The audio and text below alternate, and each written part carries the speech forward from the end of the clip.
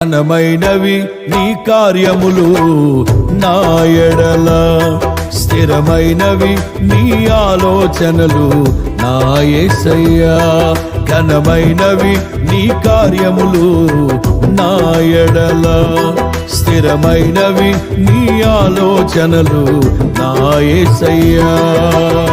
కృపలను పొందుచు కృతజ్ఞత కలిగి స్తుతులర్పించెదను అన్ని వేళలా.